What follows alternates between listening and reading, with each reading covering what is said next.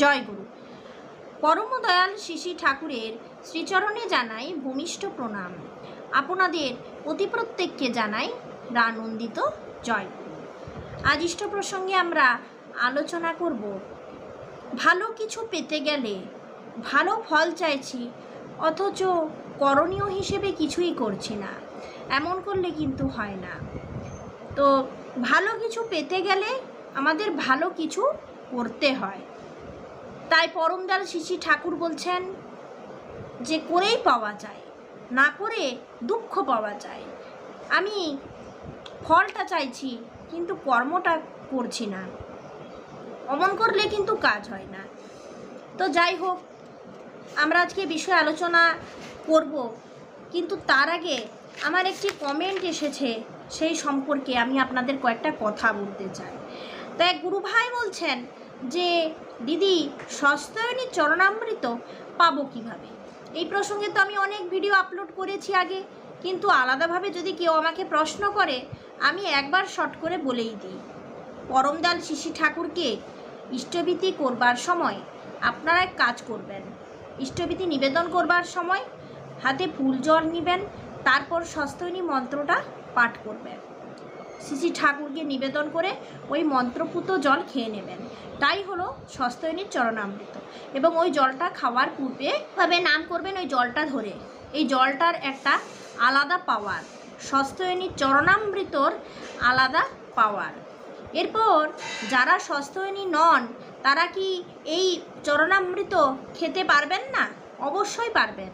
তারা ঠাকুরের ওই চরণামৃত করবার জন্য ইষ্টভীতি রোজ নিবেদন করবার সময় ঠাকুরকে ফুল জল নিবেদন করবেন, আর ফুল জল নিবেদন করে সেই জল ধরে কিছুক্ষণ নাম করবেন, তারপর সেই নাম করা জল খেয়ে নেবেন। এতে করে শরীর মন ভালো থাকে এবং আপনার কেউ ক্ষতি করতে পারবে না যদি এরকমভাবে চরণামৃত তৈরি করে খান। তো হয়ে গেল এই প্রশ্নের উত্তর। এরপর আমরা আমাদের নিজস্ব প্রসঙ্গে আসি। ভক্তির সম্বেগ যত বাড়ানো যায়, জীবন শক্তি তত বেড়ে যায়, তাতে রোগ বালাইও কমে। দেখুন, রোগ বালাই কমে কিভাবে? আমাদের মনটাতে সব সময় জোর রাখতে হবে, মনে সব সময় আনন্দ রাখতে হবে। দুঃখ, নেগেটিভিটি, অলস মস্তিষ্ক, তারপর কুড়েমি স্বভাব, কাল করব পরে করব, এগুলো এইরকম স্বভাব থেকে রোগ জ্বালা আসে। যাই তাই যেখানে সেখানে খাওয়া, এগুলো আমাদের ঠাকুরের সন্তান হয়ে করা চলবে না। কাল করব বললে সেই কাজ কালের কবলে চলে যায়। দ্বন্দ্ববৃত্তি স্বভাব, মুখে এক বলা কাজে এক করা, মন মুখে মিতালি নেই, এই সমস্ত কাজগুলো যদি আমরা করতে থাকি তাহলে ধীরে ধীরে আমাদের জীবনী শক্তিটাও কমে যায়। জীবন চর্চার চালিকা শক্তি হলো ভক্তি।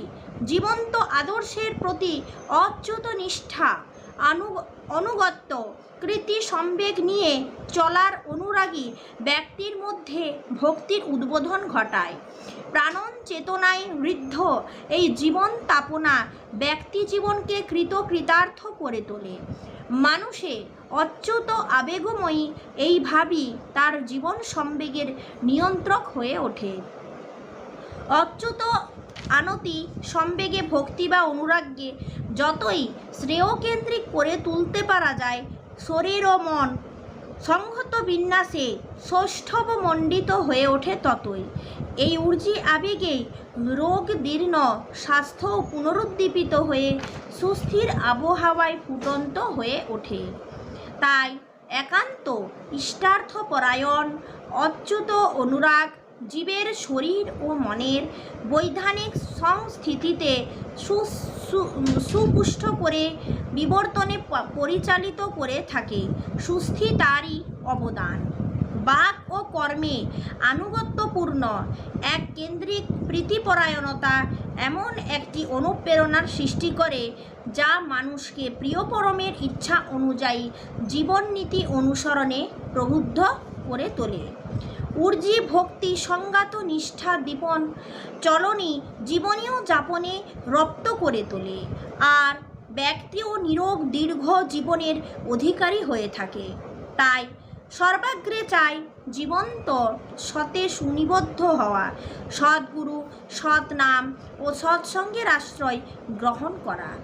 মানুষ যদি অল্প বয়স থেকে সদ্গুরু গ্রহণ করে সৎ নামের অনুশীলন নিয়ে সৎসঙ্গে অর্থাৎ জীবন বৃদ্ধির ভালো পরিবেশের ভিতর বাস করে, তাহলে তার জীবন অনায়াসে সংগঠিত হতে পারে, রোগ বালাই স্পর্শ করতে পারে না। বুঝলেন কি বলা হলো?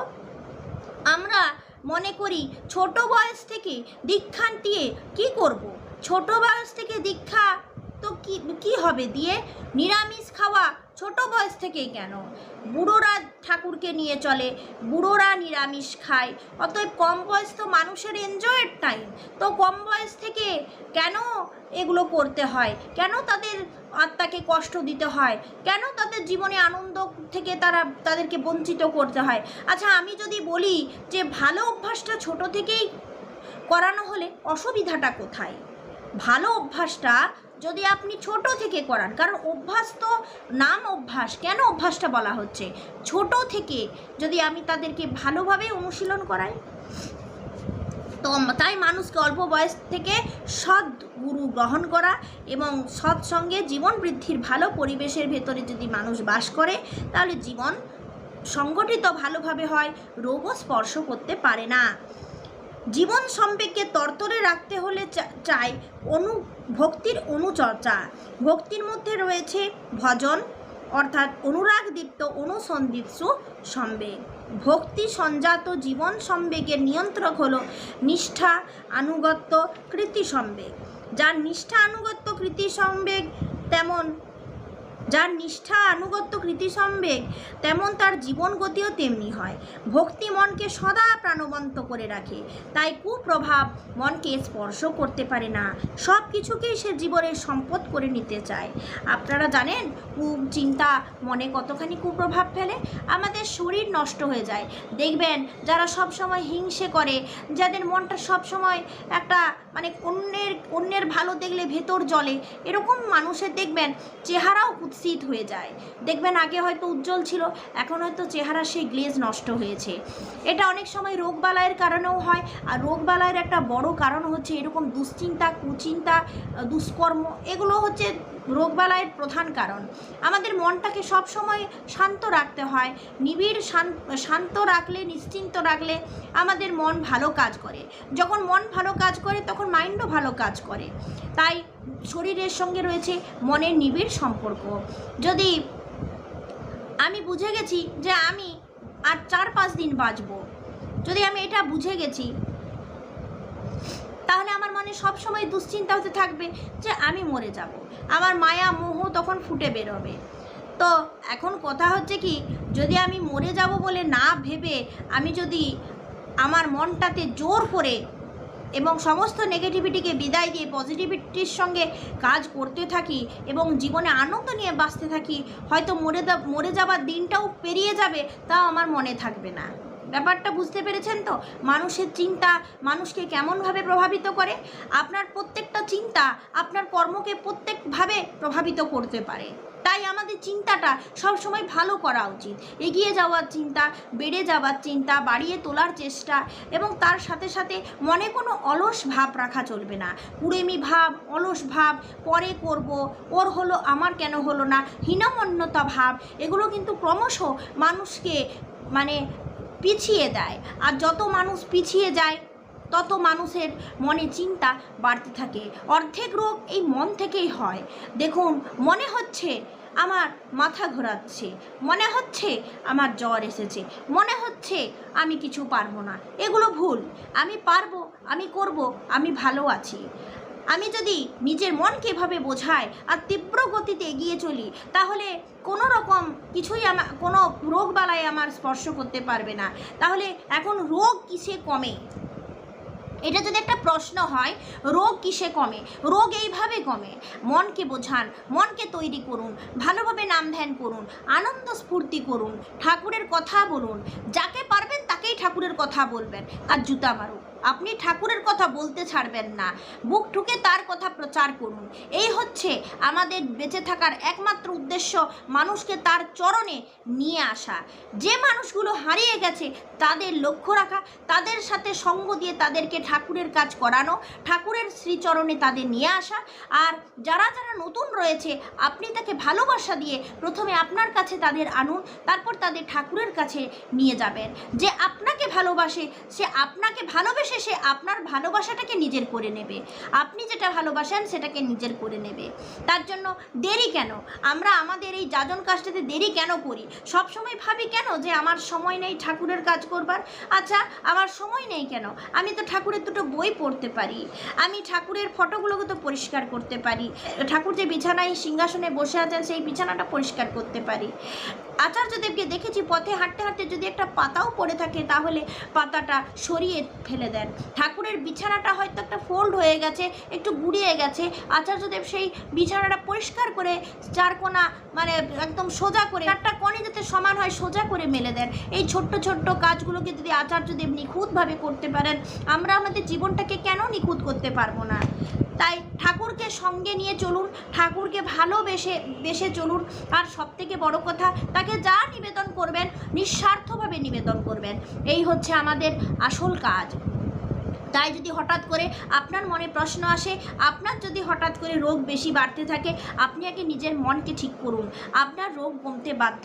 রোগ কিসে কমে? কেবলমাত্র ওষুধে কমে না, নিজের মনের পরিচর্যা করতে হয়, নিজের শরীরের পরিচর্যা করতে হয়, তবেই কিন্তু রোগ কমে। না হলে আজকালকার যা যুগ বেড়েছে, একসময় মেন্টালি পেশেন্ট হয়ে যাবেন যদি ভালোভাবে আপনি আপনার মনকে না বোঝান। কোনো কিছু না হলেও মনে হবে হচ্ছে। আমাদের মন হচ্ছে রেলগাড়ির মতো, কখনো আগে ছুটতে থাকে, কখনো পেছনে পিছতে থাকে। তাই এই মনকে আগে ঠিক করুন। মনকে কন্ট্রোল একমাত্র ঠাকুরের নাম করলেই হতে পারে, এর অন্যথা কোনো পথ নেই।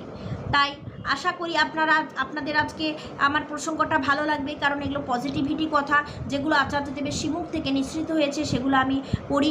আপনারা চাইলে প্রত্যেক মাসে আলোচনা কালেক্ট করুন, আলোচনা পত্রিকাগুলোতে আচার্যদেবের কথাগুলোকে ভালো করে পড়ুন, বারংবার একটা লাইন পড়ুন, যাতে করে আপনার মাথায় আচার্যদেবের কথাগুলো ছাড়া অন্য কিছু না থাকে। আমি কি করি জানেন? আমার কথা শুনুন, আমি আমার আলোচনা যে পত্রিকাগুলো আছে, আমি যদি কোনো মাসে আলোচনা পত্রিকা না পেয়েছি আমার খুব অসুবিধা হয়। আর আমি কি করি, পুরনো বইগুলোতে যে আচার্যদেবের কথাগুলো আছে বারবার একটা কথা পড়তে থাকি, আর বাড়ির লোককে বারবার আচার্যদেবের কথাগুলো মুখে আওড়াতে থাকি, বলতে থাকি। কেউ শুনুক বা না শুনুক আমি বলতেই থাকি। তো কেন বলি? কারণ এগুলো বলার মধ্য দিয়ে আমার এগুলো মনে ভাবনা হয়, আর এগুলো আমি মাথায় প্রবেশ করিয়ে নিই। ঠিক এইভাবে আপনাদেরও আমি আচার্যদেবের কথাগুলোকে বারবার বলতে চাই। কেন বলতে চাই? কারণ আমার খুবই ভালো লাগে, আর এগুলোকে আমি বুঝতে চেষ্টা করি, বলতেও চেষ্টা করি। আমি চাই আচার্যদেবের এই কথাগুলো আপনারাও বুঝুন এবং বারবার বলতে থাকুন, আর তার জন্য বারবার পড়তে থাকুন। তাই ঠাকুরের কাজ করতে আহামরি অন্য কোনো দেশে যেতে হবে না, আপনার নিজস্ব যে কাজগুলো সেগুলোকে ছাড়তে হবে না। আপনি প্রতিদিন ঠাকুরের বই পড়ুন, একটু করে পড়ুন, তাকে জানার শেষ নাই। কারণ আপনি যত ডুববেন ততই বেমালুম হবেন, আর ঠাকুরকে যত জানবেন আপনার মন তত পরিশান্ত হতে থাকবে। আজ প্রসঙ্গ এইটুকুই। আপনারা সকলেই সুস্থ থাকুন, ভালো থাকুন, বাঁচুন, বাড়ুন, আর জীবনে আনন্দ করুন। রোগ টোগ কিচ্ছু নেই, সব কিছু বেকার। আপনি আছেন, ঠাকুর আছেন, এর মাঝে আর কেউ নেই। জয় গুরু।